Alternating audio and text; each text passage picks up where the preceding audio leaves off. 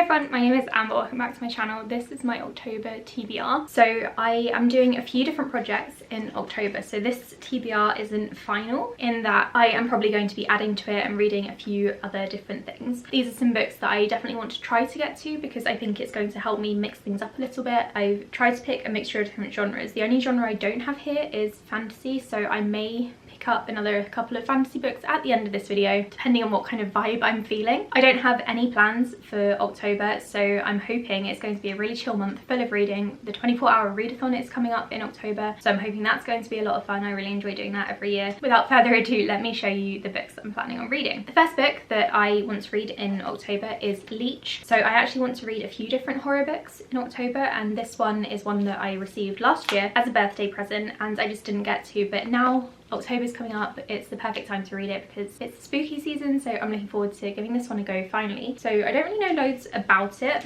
other than I believe it's some sort of like medical experiment horror, and I think there might be some sort of bacteria in there as well, judging by whatever's going on this cover. It's a very short book, so I don't think it'll take me long to read at all. A lot of other people that I know have read this and really enjoyed it, so I'm hoping it's going to be a good one. I'm hoping to read this early on in the month and possibly for a reading vlog as well if I have the energy and the time. I'm trying to do a horror reading vlog that I can post at the end of October. I also really want to read The Last Housewife by Ashley Winstead and also her newest release, which is Midnight is the Darkest Hour, which I have a review copy for. I'm planning on reading all of her books, all of her thriller books. I think she's released 3 so far, and doing a video on which one is best. So that video is actually already in progress with In My Dreams I Hold a Knife. This is the one that I'm going to be starting with in October. It says here that when in college, Shay Evans and her best friends met a captivating man who seduced them with a web of lies about the way the world works, bringing them under his thrall. By senior year, Shay and her friend Laurel were the only ones who managed to escape. Recruiting the help of the podcast host, Shay goes back to the place she vowed never to return to in search of answers. So I think this is also a podcast type of thing. I don't know if it's told in mixed media, but I love books that are told in different formats, so I'm looking forward to reading this one. I think I'm going to really enjoy it. So while I said that I didn't pick up any fantasy books, that was kind of a lie. I did pick up The Witch and the Vampire, ready for October, because I'm doing another reading vlog. I don't know if I want to tell you what that is yet. It should be coming out in the next few days if everything is successful,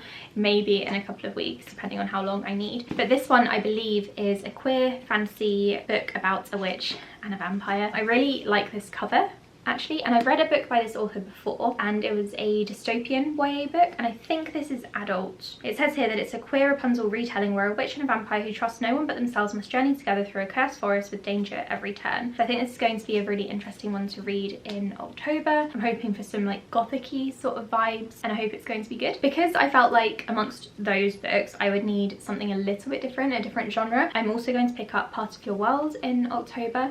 I've never read anything by Abby Jimenez before, but I've heard that this is her best book, so I'm starting with the best one. I have heard that her other one, I think Yours Truly, is actually garbage so I don't know if I'll pick that one up, but I've heard amazing things about this. I think in this one the main character meets a man who is 10 years younger than her. She's from a city and he's from a rural town, so it's kind of got like Heart of Dixie vibes as well. And there's a goat on the cover, which is always appreciated, so I'm going to read this one when I need a bit of a palate cleanser between all of the horror and thriller books that I'm planning to read. I'm also hoping to read Devil All the Time. Finally, I received this one for my birthday a few years ago from my father-in-law, before he was my father-in-law. I've seen the film for this one and I thought the film was absolutely brilliant. It had Tom Holland and Riley Keough and Robert Pattinson and a few other people, and it was such a good film, and I'm really interested to read the book, and I feel like there's been enough time between me watching the film and me reading the book that I'm not going to be comparing the two constantly. So I'm really looking forward to reading this one, giving it a go. It's only short, so it shouldn't take me too long to read at all. I also want to reread a couple of books for another project that I'm doing. This autumn is full of book reading projects. I'm hoping that means that I'm going to be very consistent on my channel now that summer and the craziness of work is kind of out of the way. So for another project that I'm doing, I'm going to be rereading Good Girl, Bad Blood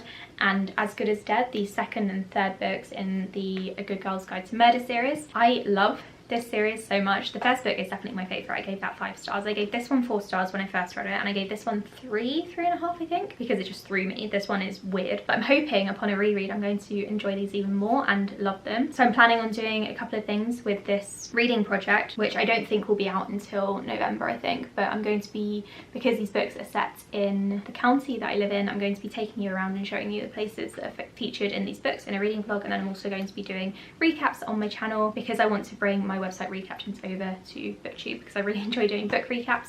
We'll see how successful those are because I'm not as funny when I'm speaking as I am when I'm writing, at least in my opinion. Yeah, I don't know how that's gonna go, but we'll see. I've got this series to do, and then I also want to do Fourth Wing before that sequel comes out in November, so you'll be seeing that soon. I also really want to read A Marvelous Light because the third book in this series is coming out, I think, in November, and I've not read this yet, but I've heard amazing things about it. This seems to be a historical magical book. It says here that Baronet Robin Blythe is struggling to save his family's estate from his late parents' excesses. A new job seems perfectly timed, however no one tells Robin that he'll be acting as parliamentary liaison to a hidden society of magicians. So I think this sounds really good. My friends absolutely love it and gush over it all the time, so I'm glad to finally be picking it up, even though it's been on like 3 of my TBRs before.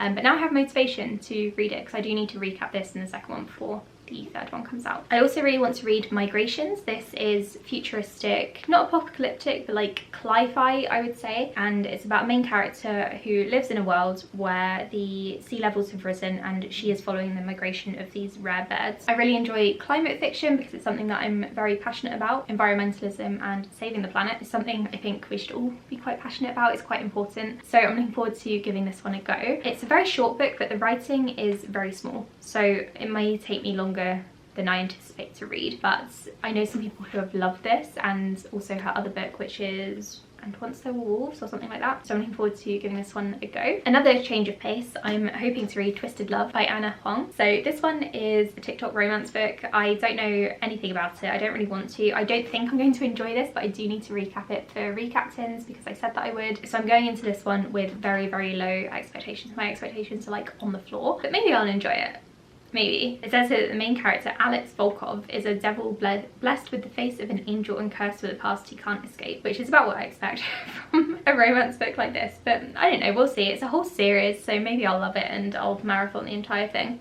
Maybe. And then the last physical book I have here is No Fet Gloss. This is the first book in a sci-fi trilogy which has just finished. I found this one because the last book in the trilogy came out fairly recently and my friend was retweeting stuff about it, and apparently it's really, really good. It's queer sci-fi. It says here that Caden's planet is destroyed, his family gone. His only hope for survival is a crew of misfit aliens and a mysterious ship that seems to have a soul and a universe of its own. Together they will show him that the universe is much bigger and much more advanced than Caden had ever imagined. So I've read a few chapters or a few pages within chapters of this, and I like the writing style so far, so I'm looking forward to giving this a go. I'm in a real sci-fi mood at the moment, but for some reason I'm really struggling because all the sci-fi books that I own are huge and intimidating, and I'm really quite worried that I won't enjoy them. But I really want to get more into sci-fi, and towards the end of October I'm hoping to sort of ramp that up because we're coming into sci-fi month in November, and then I really want to dive into sci-fi for November and my birthday and stuff, so this will be a good little taster, I think. And then, like I said, I don't actually have any or many fantasy books on my TBR. I've got one, which is a retelling, so I feel like I should try and fit at least something in because I finished the Throne of Glass series recently.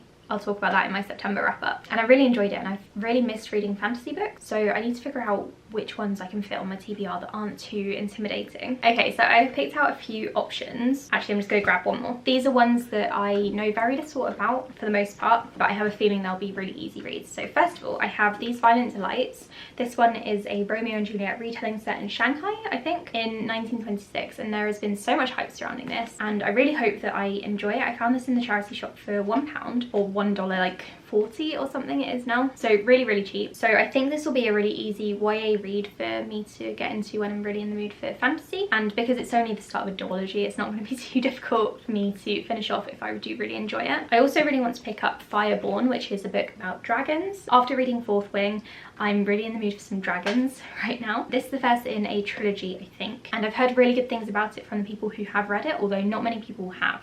It doesn't seem to be super popular, but I think this is one that I will really enjoy, so I'm going to put this on my potential fantasy TBR. I'm also going to put on Bitter Blue, which is the third book in the Graceling Realm series, and I've read the first 2 books, really enjoyed them. I read them years ago and then I reread Fire more recently, but still ages ago. So I think diving back into this world might be what I need. It's quite a long book, but I know that these books read really quickly, and Kristen Cashore is a good author, so I'm looking forward to giving this one a go. And then it's not really a wild card, but the most intimidating one on the TBR is Wolfsong, and that's just because of the size. So this is a book about werewolves, I think, and the main character meets a pack of werewolves and kind of gets welcomed in. I don't really know loads about it, but I know that the third book is being traditionally published, I think, late this year or early next year, so now would be a good time for me to get stuck into the series, read the second one, and then keep up with the releases.